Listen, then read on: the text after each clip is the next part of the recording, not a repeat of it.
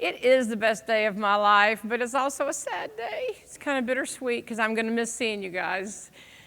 Hearing your stories of what you've taken away this week and the love and the support that you've shared with each other.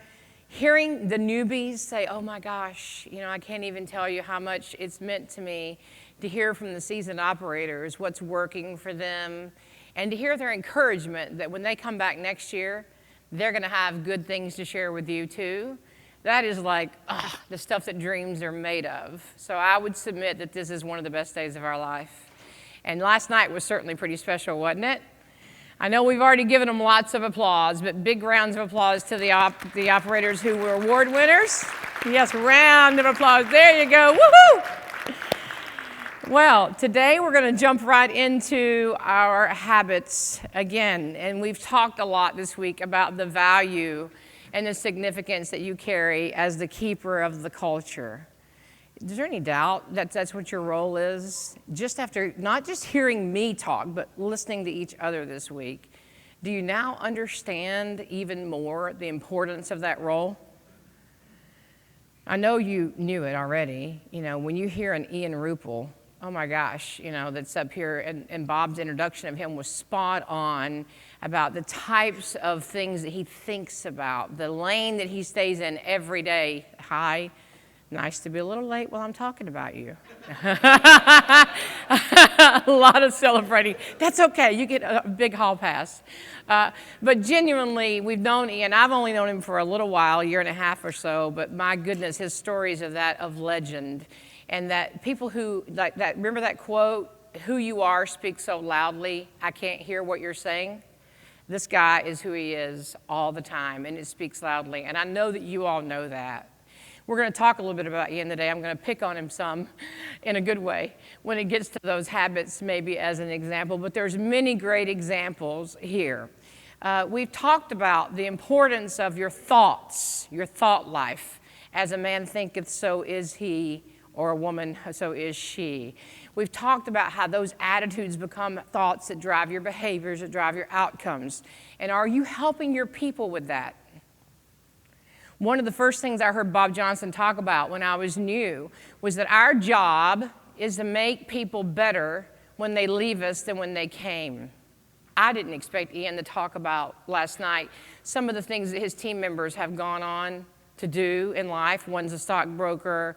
We all have those stories of the little Jenny Marshall, which was me, that came into your life, and I didn't know what I was going to do when I was 15 years old. I had no idea, but I do know one thing.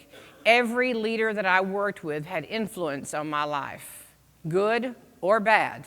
There were definitely some that weren't so great, but a lot of great, and those are the ones that I usurped knowledge from and that I grabbed and took from. And you have the opportunity to do that every day.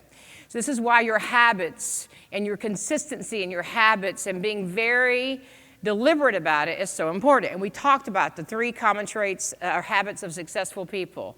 Designing your reality to meet your expectations. How many of you have set new goals this week? I'm like, seriously, you're a little slow if you haven't, because trust me, last night, if I were sitting there, I would have been like, yep, I'm winning that award next year. I'm winning that award next year. And I heard some of you saying that. Now make sure you put action around it. What are you going to do with that? If you want that POW award, you're going to go and you're going to write it down. You're going to break it down into small steps.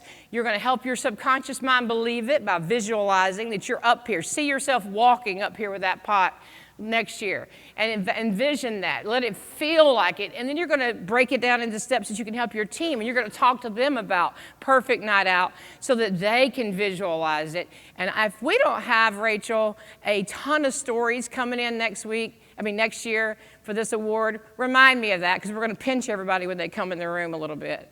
Just kidding. But really, hold each other accountable. Have you submitted a PAL story? Have you submitted a PAL story? Because trust me, when you're submitting PAL stories, if that becomes one of your goals, your sales are going to be through the roof. Your social media scores are going to be that of legend, because every guest that comes in there is an opportunity to win the PAL award, right? Just delivering that service every day and looking for that community piece that Tony Dungy talked about. When his players said, it's much more about making a difference in the community. It's not about those bright lights and those 100 yards. It's not just about getting that fondue across the table. It's making a difference in the lives of the people that we serve. Incorporating that deliberate practice is part of that. And today, we're going to talk about the interrogation of your habits. I would ask you if anybody in here had ever been interrogated, but that might not be a good question this morning. But I've applied for some liquor laws in cities where I felt like I had the bright light in my face, and it's like getting fingerprinted, and you're like, okay, I'm not sure. I've never been on the other side of the interrogation, but this might be what it feels like. But we want to be that prescriptive when we're looking at our habits. I have a hard question this morning, a very difficult one. How many of you were born into a perfect family?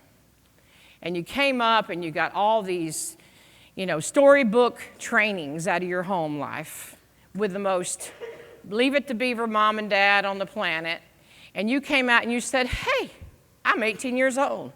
Everything I do makes sense. It's all fitting in this perfect little book, and it matches everything I see on TV. Anybody was that lucky? One hand in the back. We might want to go check on him and see if he's okay. I'll never forget, well, I certainly wasn't. You've heard a little bit about my story, but I'm sure there are many stories much more difficult than mine. But I did have to start interrogating my habits pretty early because my story, like many of yours, was one of generational brokenness, generational issues that were many generations back. And my siblings and I had to figure out what we were going to do with that, those gifts of brokenness that we were given. Some of us didn't make it out. And thankfully, some of us did. But I can tell you that a key part for me was this one right here. Interrogating every habit, whatever that habit is, the people I spent time with, the people I listened to for advice, even simple habits. In my house growing up, if you were upset about something, you were screaming at somebody. There was no talking or sitting at a table to work things out reasonably. There was kicking a hole in the wall because you're fighting it out like wild animals. That's a little extreme, but obviously I knew pretty early on, I don't want to do that. Like, that's not what I want in my house, right, growing up with my children. So I worked really hard to interrogate my habits as a person, and then when I joined companies and started learning the importance of my role as a leader, I wanted to make sure that they deserved the leader they were getting from me. So how could I be more introspective, ripping myself open, looking at what's good, what's bad? And my team will tell you, I'm constantly asking for feedback. Tell me what's not working. If you want me to stop something right away, what would that be? And I genuinely appreciate that more than they know. And the same thing from you. If there's something I do and you say, hey, Jen, this comes across this way, you would be like a hero to me. So are you interrogating your habits? Because it's only the most important thing. Jay, I'm not seeing my proper slides up here. If you can help me with that. Jay, I'm seeing duplicitous slides. Thank you. There you go. So I want to dive deeper into 3 of those introspective habits today that you need to be thinking about. The first one we've talked a lot about, and I'm going to overarch on it, and that's your attitude. How do you affect your attitude? Because we've talked about attitude, not aptitude. It's the most important thing that determines your success and their habits of thought. But tell me about what you heard from Phelps and from Dungy. You heard Phelps say, don't complain, right? We heard Dungy talk a lot about spending your time on the right things and the right attitudes. His players had to get corrected right away about their attitude. You know how some of the NFL players' egos can be, right? So I remember being an assistant manager and a general manager and working what felt like 100 hours a week. And when I would count my hours and go, oh my God, I worked 90 hours in the last 2 weeks or whatever that was, I realized I feel exhausted. Like I feel like I'm just beat down. So I stopped doing that. I started focusing on the goal, that designing the reality to meet my expectations. And when I did that, I felt wind in my sails all the time. Even today, I love serving our team at the RSC. They work so hard for you. In fact, they all deserve a round of applause. Can we just give the RSC team a round of applause? I I've never worked with a group more resolutely focused on delivering you the perfect night out from within those four walls of that RSC. I'm telling you, that's the truth. They work harder than they should. They're in there all the time, and there's not a person in that office that's not working that hard for you. And they love it. They wouldn't have it any other way. But we don't sit around and count our hours because we're focused on the mission. If we did, we'd be exhausted. And that's important for all of us to think about. And many of you are in that same boat. You know what I'm talking about. If you sit around and count and chip off what you're doing and how you're doing it and how you're working harder than anybody else, next thing you know, you got a bad attitude and it's being drugged down. Your friend group, your TV shows, everything you're consuming, the type of music you listen to. Hey, I love some Pitbull. I love some Leonard Skinner. I love every kind of music there is. But if the lyrics are tarnished, if they are dragging me down about how my life is horrible, that's not going to be in my life, because whatever comes in my ears is what's going to affect my heart, right? And that attitude is just too important. And I encourage you to think about that and how you're coaching your team. I walked in one of our restaurants, and it was a franchise restaurant. And I kind of got a little bit sideways. I had to apologize just a little because this is going to be slightly offensive, but I'm going to tell you the truth. I walked in the dish pit, I was cleaning tables, and all of a sudden there was some horrible rap song on that was just explicitives, and the lyric that I walked into was "throw your panties on the ground." And I said, whoa, whoa, whoa, whoa, what is this? This is not the right music in this kitchen. And it was not a company store. So I said, come on, guys. You can do better than this. How do you know that everybody that walks in this kitchen wants to hear that music? Now, I'm good with a little red light, green light. That's fine. Let's have some fun. But let's be careful about the lyrics that we're feeding our team in that kitchen. You with me? Not to mention we know the rules about music in the kitchen and how it should be played during service or not played, right? Everybody knows that. I'm not doing a QC today. The second thing, though, is that successful people take their attitude up a notch by expecting more good out of life than they do bad. What do you expect? We've heard some comments here this week out of all the good ones that were a little bit concerning. We actually had some people who skipped out on some things and said, that's not going to work. That's not going to be good for me.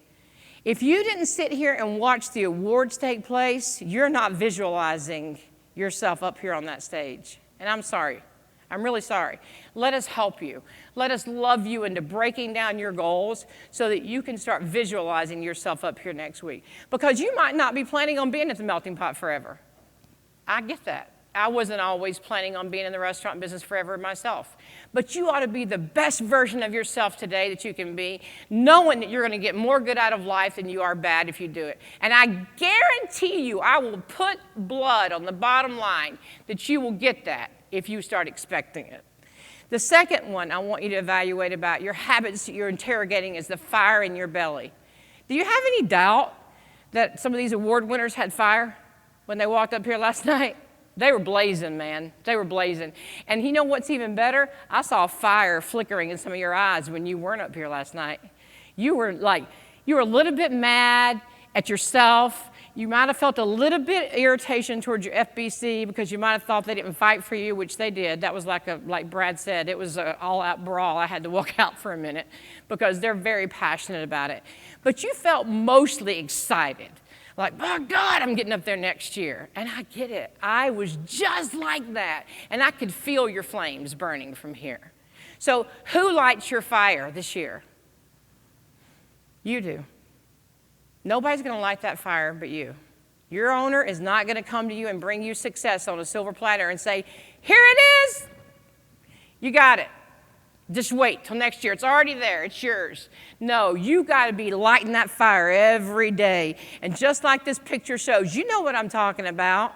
I've spent a little time with Adam in his restaurant in Colorado. You know what I'm talking about. Go to Matt Tonja's restaurant, who was the operator of the year last year.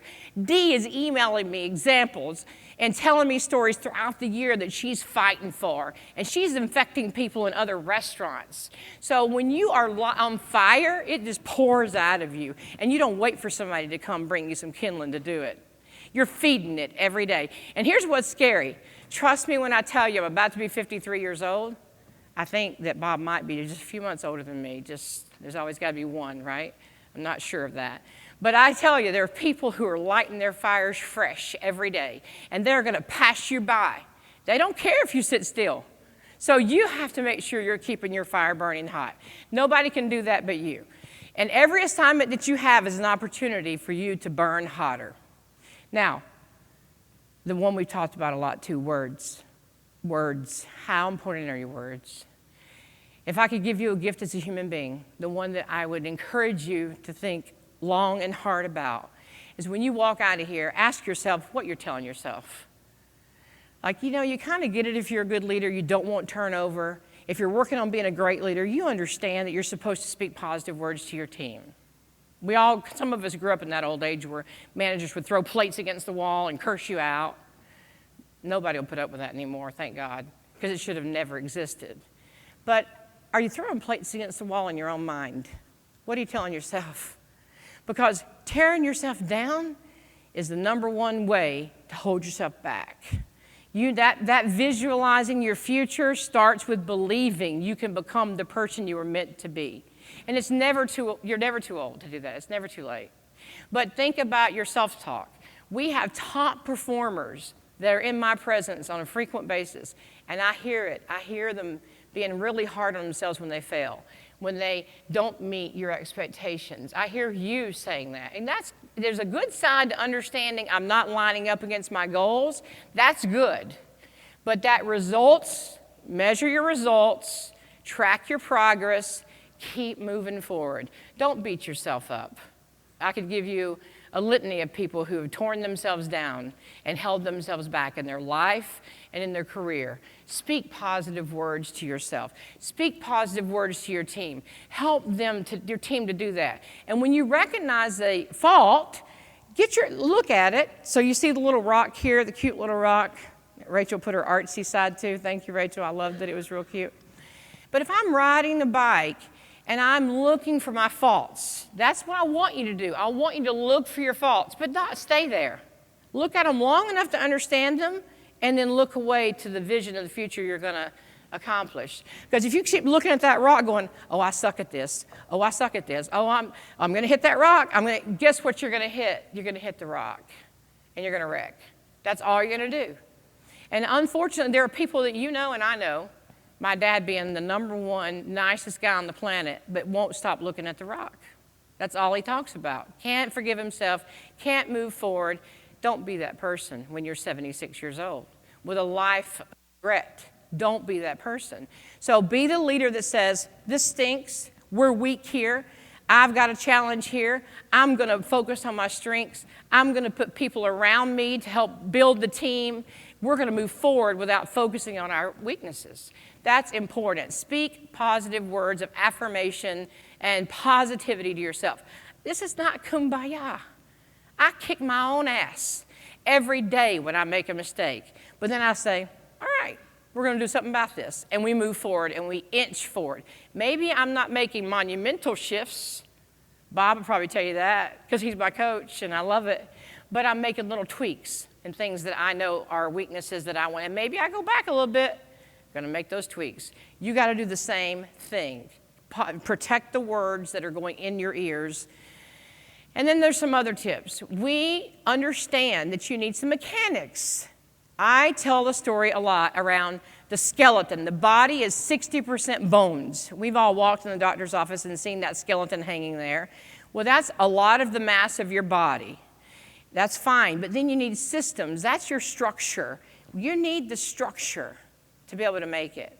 And one of the things that we owe you more of from the melting pot, many of you have developed your own systems. In fact, those of you like Tom Ford that's winning and kicking butt every day, I know he's got some solid systems. I can't wait to get in there and see them. But we owe you even more that you can use as a reference point, whether you need it or your team needs it. So we've developed some tools that'll help you because that way you can have that skeleton, that you can know that if these things get checked off and done, we're getting closer to being right. And then you can focus on these finer points of leadership. You can focus on those finer habits. So we've built you some habits, and we want your feedback on these if you think they need more tweaking. There's 2 showing up here now. The first one is the average hours of administration that a management team has to do a week. We just threw 2 up there at random. But this one shows you if you complete the produce order, and it takes 15 minutes to do that, how many times a week, how many hours should you carve out of your productive time for the manager to complete a produce order? When you add that up, we assume there's like 87 hours of admin. Now this includes pre-shifts, it includes nightly paperwork. The reason why we did that is so that you can plan your week more effectively. And you can coach your keys and your hourly AKMs and your kitchen managers through their week better to say, make sure you're planning these things. Because why? Those are habits. Those are habits. That is the structure. When people go into this recklessly, we've seen that all day long. It doesn't work. They forget, oh my God, I forgot to do the truck order, and I'm at home already after a 12-hour shift and I'm exhausted. So this is deliberate control of habits that you can take on automatic without having to burden your subconscious with remembering it. There's a lot of psychology that says the more you're trying to hold up here, the more you can't focus on what's in here, because you can't grow yourself if you're just keeping up with the basics. Does that make sense? So we wanted to give you these tools, and they're coming in through your app today. They're going to be on Fran Connect, and we want more of these tools. So if you've got more of these that you've developed, please send them our way. We want those. We'll push them back out so that we can help take the thinking, like Tony talked about. We do what we do. We show up. We're lining up against you. We're going to win. No panic. We want to take this thinking out of this. The second one you have there is a reference tool that talks about all the systems that you have and what they lead to. So one is a server, sales, and PPA. Where do you go to find that? Data Central. When should you do that? Daily by shift. And what are the success measures, the KPIs? And these are things that if you use those systems properly with the path that it shows, you'll be able to get your people focused on the end game. Does that make sense? Are you excited about these? All right, you haven't seen them yet, so you can't be too excited, but trust me, they're going to be good for you. I want to talk a little bit more about a person who, obviously, I'm going to have an example, but a person who did it, a person who has lived the dream of taking something that seemed insurmountable and turning it around. How many of you have seen Secretariat, the movie? Quite a few, so you know the story. Good. That gives me even more encouragement. I could probably ask one of you to come up here and talk about it, and you would be able to tell the story of Penny Chinnery. She inherited her father's racehorse business. She was a woman back in the day when women were not favored as leaders at all. And she believed in this broken down horse that one of the most preeminent horse trainers of the day said he was so lazy that he was like a fat man encased in concrete running backwards. That's how he described him. The Secretariat was so lazy, he was a fat man encased in concrete running backwards, that there was no way that would be a winning horse. He called it early on. No way in the world. Well, she didn't believe that. Penny Chinnery used the same three things that I just talked to you about. Her attitude was, yeah, right, just watch me. I see something in this horse. And she wasn't wrong. Yeah, he might be lazy today. Yeah, he's broken down today. But I'm convinced, she said, if we interrogate our habits, not her words, mine. I'm just talking about what she did. If we interrogate our habits, if I put the right trainers with him, if I put him in the right lane, if I push this horse, and then she spoke positive words to this horse. People who interviewed her through the years, she spoke positive words to her staff, to the animal itself, and to herself, which if you've seen the movie, and especially if you've read the history books, you will know that took a lot of mental strength, which was something that Michael Phelps talked about on the first day. Mental strength and tenacity to be able to do that. So what happened with this horse? This horse broke every record that you could imagine. He actually was the Triple Crown winner. He ended up winning the Preakness. He ended up winning the Belmont, which was known as the graveyard for horses. And at the end of the day, for some reason, instead of taking this last race that you're going to see in a minute and starting from the back, he decided to start from the front. By the time he finished, he ended up 31 lengths ahead of the rest of the horses, a full 2 seconds behind. So we're going to watch a clip, an old clip here of what happened when Secretariat was running. But before we do, I want you to put yourself in his shoes. How many people have told you you couldn't do it? How many times have you told yourself you couldn't do it? That's the worst words of all. How many times have you felt like a fat man encased in concrete moving backwards because you failed and you screwed up? How many times have you had the wrong trainers around you, the wrong people speaking into your soul? These are important habits for you to interrogate. Remember that when you look at this clip of what a winner looks like. Let's go ahead and run that, Jay. Ready to go for this tremendous Belmont Stakes. Everybody's in line, and they're off. Looks like the early lead goes to My Gallant. Yes, My Gallant going for the lead with Price of Prince on the outside. Secretariat away very well, has good position on the rail, and in fact is now going up with the leader. They're moving for the first turn. It is Secretariat. Sham on the outside is also moving along strongly. And now it's Sham. Sham and Secretariat are right together into the first turn. My Gallant has third behind them. Then it's Twice a Prince, and the trailer is Private Smiles as they go by the turn. Those two together, Sham on the outside. Sham getting ahead in front as they move around the turn with Secretariat second. Then there's a large gap. Make it 8 lengths back to My Gallant in third and Twice a Prince fourth. And Private Smiles is still the trailer. They're on the backstretch.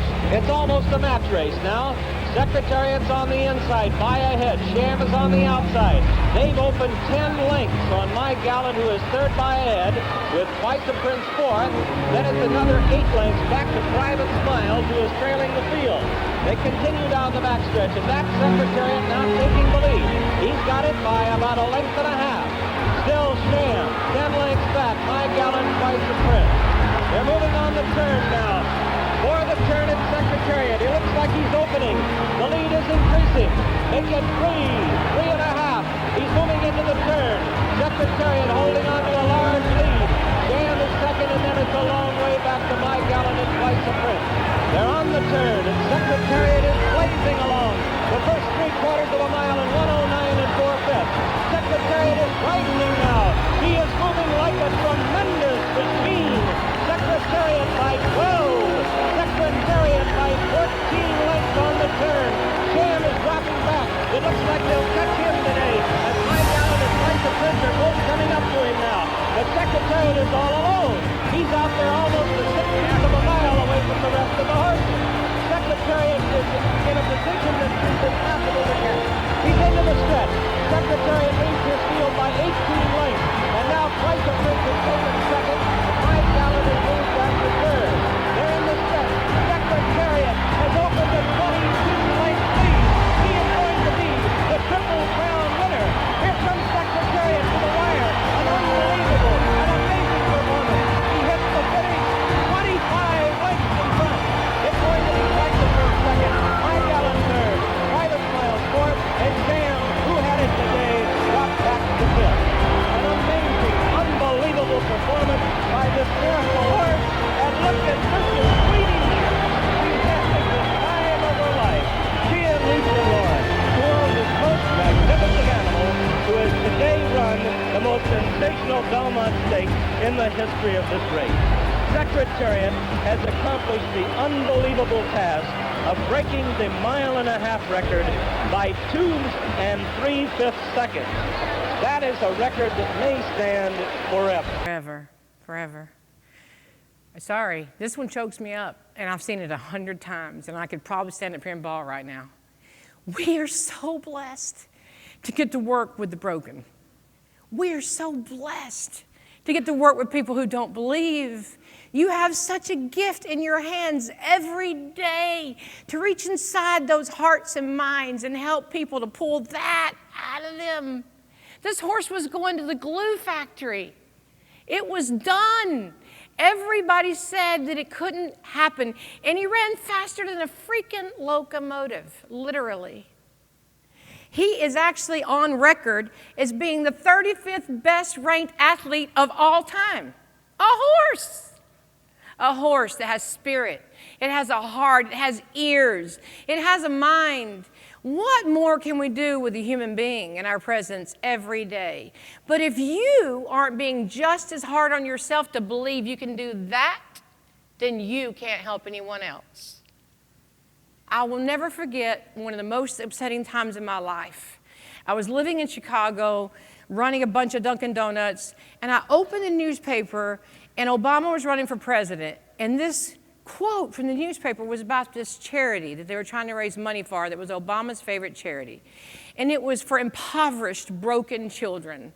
And it said, by the time a child is 5 years old, if they don't get help, they're done. They have no future. I tried to reach the person who published that article because I wanted to get in their face with probably a little bit of spirited anger and say, that's a lie. You need to republish that article, because I couldn't tell you how broken I was at 5. I can't tell you how many thousands of people I've worked with at 10, at 15, at 20 that are phenomenal today because they believe, they learned how to do these 3 habits through to great leaders just like you. And I'm one of those blessed few. So interrogate your habits. Penny Chinnery said, it's not about going back. Forget your past. Forget that.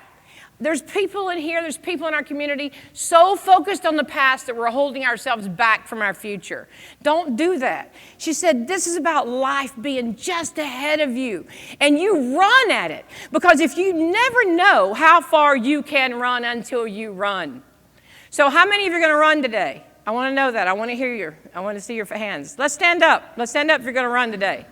I want you to get a little walk in place. Are you going to run?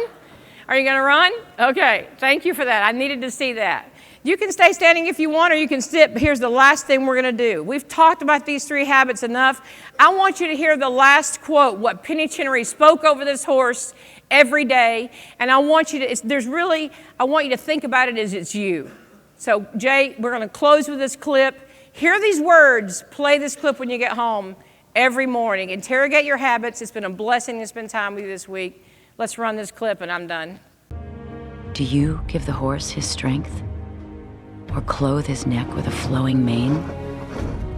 Do you make him leap like a locust, striking terror with his proud snorting? He paws fiercely, rejoicing in his strength, and charges into the fray. He laughs at fear, afraid of nothing. He does not shy away from the sword. The quiver rattles against his side, along with the flashing spear and lance. In frenzied excitement, he eats up the ground. He cannot stand still when the trumpet sounds.